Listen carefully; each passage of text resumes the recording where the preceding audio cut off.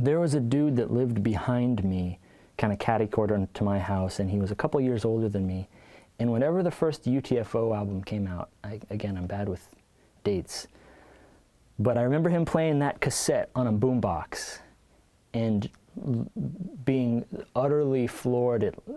I felt like I was on Mars. I was like, yeah, it's like so many realizations hit you at once. You're like, that's not a drum. What is that? I don't know, but it's not, that's not a drummer. Oh, people can like rhythmically talk over a beat and it rhymes and it's cool and it's funny and they tell funny stories about, you know, whatever, getting thrown in a trash can and blah, blah, blah, blah, blah. That was one of those sort of galvanizing memories that is just seared into my memory and kind of built my, that's where I caught the bug for rap music, and I really think to a larger degree anything that was esoteric or outside of my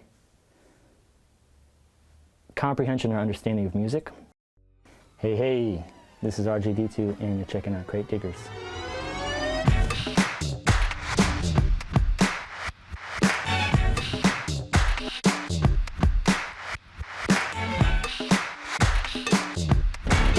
Here's an example of something I see it, I gotta have it.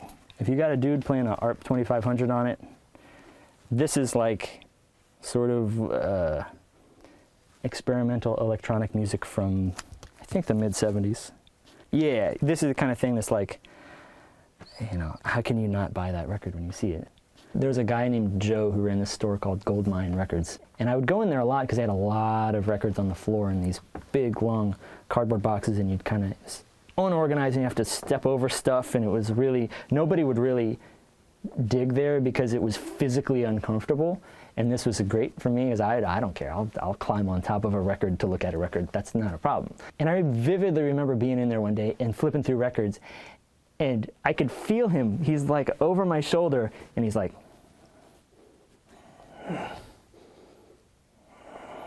he's like choking back his disapproval for minutes on end, and I can tell he's there, and he's not saying anything, and I'm not saying anything. I'm like, get out of my face, dude. And then finally he's like, you're not even looking at the sleeves. What are you doing? And I don't remember what I said, but it was one of these things. It was like, I remember in my head just thinking, this makes perfect sense to me, but I can't put it in words, so I'm not going to bother replying to this guy. You know, and I just went on. So, but it was one of those things where I realized, oh yeah, what I'm looking for here is familiarity. I'm looking for records that I haven't seen before. Again, in keeping with my general ethos about finding records that hadn't been used, that no one had tapped for as sample fodder. My first and foremost thing when I was young and digging was, I was just looking for a record that I'd never seen before. Sort of academic ways to put it, but I do believe that if you do this long enough, you just get a sense of intuition. There's a component to this that can't be put into words, honestly. You know, if you do this, you know when a record intrigues you and you know when it doesn't. And I don't know if I can verbalize it. It's almost like looking through these records on occasion, it makes me relive the experience of having a realization about a record. And I remember this. I remember I got this record in Canada. It's on the Attic label, and I was on tour opening for Shadow, and I remember asking him about this record because there was a drum break on it. I'm sorry, for each of the records, would you mind holding it up? Just so you can see the label? Well, I mean, if you don't want to, it's fine. Yeah, I'm actually purposely doing this kind of thing.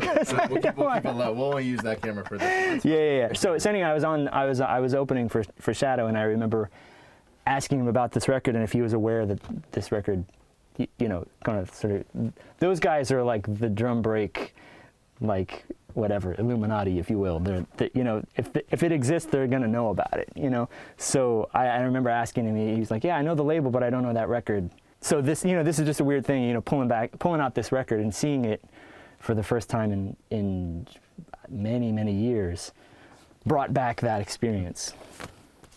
Right around the end of high school, I didn't pick up an instrument for maybe 4 or 5 or 6 years until the point that Dead Ringer came out. So the run-up to my first album, all I had been doing for the previous 5 years, 6 years, maybe more, was I was just in the zone as a producer. I was just digging for records, MPC, that's it. And I'm not exaggerating. That was an 11-hour a day, 11, 12-hour, 13, 14-hour day thing that I did 7 days a week. I'd wake up, I'd eat some breakfast, I'd make some coffee, and then I'd clock a couple hours on the sampler. I'd tune out, I'd leave the house, go digging, do my rounds, come back at maybe 4, and then 4 till maybe 11 p.m. Same deal, I'd be on the sampler, going through records, trying to find source material or on the sampler. But I mean, I was hitting it pretty heavy duty, and my social life at a point suffered. I remember there were a lot of nights where, you know, my friends would be like, yeah, why don't you go out? We're going to go, you know, let's go drinking, blah, blah, blah. Let's go to the club, blah, blah. And I'd be like, no, I got to, it's 11, I'm staying home. I got to work on the MPC. I'll see you tomorrow. So I grew up in Columbus, Ohio, and then moved to Philadelphia in 2002. So I see myself as having 2 homes. So anything that's related to either Columbus or Philadelphia, you know, if I see something like this, Philadelphia's Hometown album, I'm gonna have to buy it. It might not be that promising, but it's just, that's the kind of thing. Or here's another one. Traditional music of Central Ohio. When I saw this, I had to buy this. There's not much identifiers as to what this is. And when I pull out the sleeve, Philadelphia isn't as bad as Philadelphians say it is. And one thing that I've learned living here is that people in Philadelphia like nothing more than to talk about what it's like living in Philadelphia. I pulled this out because I just think it's, you know, probably historically significant. This might be the only time in history that an artist was featured on his own record, and I don't think it's been done since. This is Jibbs featuring Jibbs. So I consider this a historically relevant record.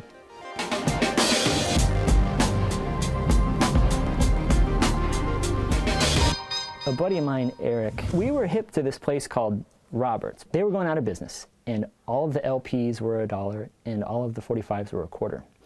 And he pulled this Pleasure Web record that a certain rap group had used, and that was a valuable record, and he got it for $0.25. And that was the thing that kind of like, in my small circle, made the rounds, and everybody perked up. They were like, you pulled that out of there for $0.25? Okay, we got to hit this. So I started making regular trips to Roberts. They had this little room. It's about the size of this room, let's say. 6 feet wide, 12 feet deep, something like that. 45s, boxes of 45s. There's like a standard box of 45s. And on basically on every wall, they're piled on top of each other all the way up to the ceiling. Totally unorganized. Nobody's in there. I go in there and I start pulling out. Remember, this is $0.25 a piece for the 45s. I start pulling out like Ultimate Beaks and Breaks, Caliber, funk records, you know, Demeters, Lowell Folsom, Eddie Bo, stuff like that. And there's so much there that I did maybe 3 or 4 days of like straight 8 hours. I'd get there at 10, I'd hit it till, they'd have to kick me out of the store at 5. And I'm out there and I think that I'm just destroying it. And I'm like, in my head, I'm like, I found the gold mine, I'm doing it. You know what I mean? I'm living the dream. And I don't know how I had this. One day I walk into the store and you walk past the counter and you have to walk into the LP room to get to this little 45 room that I was doing. And I walk to the counter and I look to my right and I'm like, what's in there? And they're like, oh, that's just the other 45 room. Oh, so I walk in there and they're metal shelves, same height, alphabetized, a row. And I go to the B's. It's a shelf this wide, 6 feet high, 45, full 45 box. The B's is maybe 5 shelves long, and I'm just looking at the James Brown section of the 45s that are $0.25.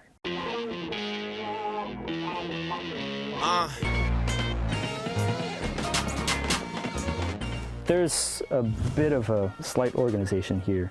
This stuff down here is all compilation stuff, Ultimate Breaks and Beats. These are sort of like ABCs for guys like me. This is probably all stuff that I have yet to go through, or no, actually, you know what? This probably isn't stuff this is stuff, I've gone through all of this stuff. This is stuff that probably didn't have a sample on it, but I didn't want to get rid of it for some reason. Mostly jazz here, miscellaneous, 12 inches, party DJ type of stuff. Rap LPs, these are rock records. Listening, as you can see, same deal here. Soul records, just for listening. When I first started making sample-based music or making beats or whatever you want to call it, having my records organized in terms of knowing stuff, where stuff was a challenge. And my initial wave of organization was to categorize things by their source material. So this section here was strings. These were piano samples. These were acoustic guitar samples. This is spoken word samples. This is drum breaks, electric guitar samples, organ samples. I found shortly after doing this that a much better way is to jam everything together, and then I use Post-it notes to write on them. So this is what I moved to later, which is, you do a Post-it note and then you write the location and what there is, and then you can do multiple things. What'll end up happen is you'll have a record with strings on side 1, track 3, and there's a drum break on side 2, track 5, and where do I put that? In here, drum breaks back here, funk records in here. This is stuff that I was either going to trade or give away. This is all jazz. This is jazz up here. This is soul down here. It's one of my favorite groups of all time, Weather Report. These records, this group totally rewrote how I see music, what can be done with music in terms of it being like a intersection of jazz and something else. They've been a hugely inspirational group for me. I had a crisis moment in the mid to late aughts at some point in time, and I had gotten to a point where this utilitarian thinking about records had gone so far that I was not buying music to listen to at all, and it was bad.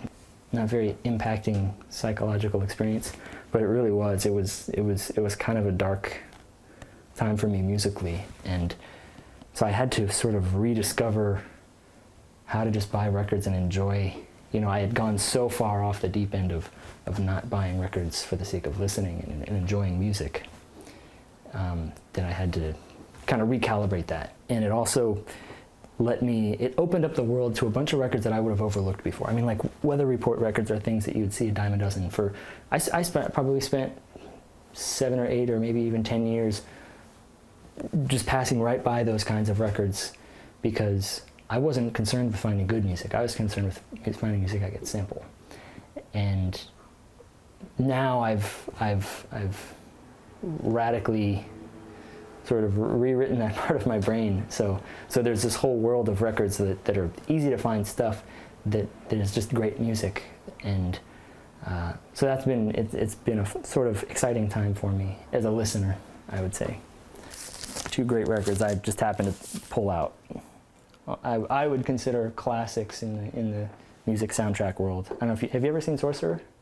This scene, for listeners, this scene that is documented on the cover of this is to me one of the most mind-blowing visual images I've ever seen recorded to film, because it was done at a time when there was no CGI. This couldn't be duplicated.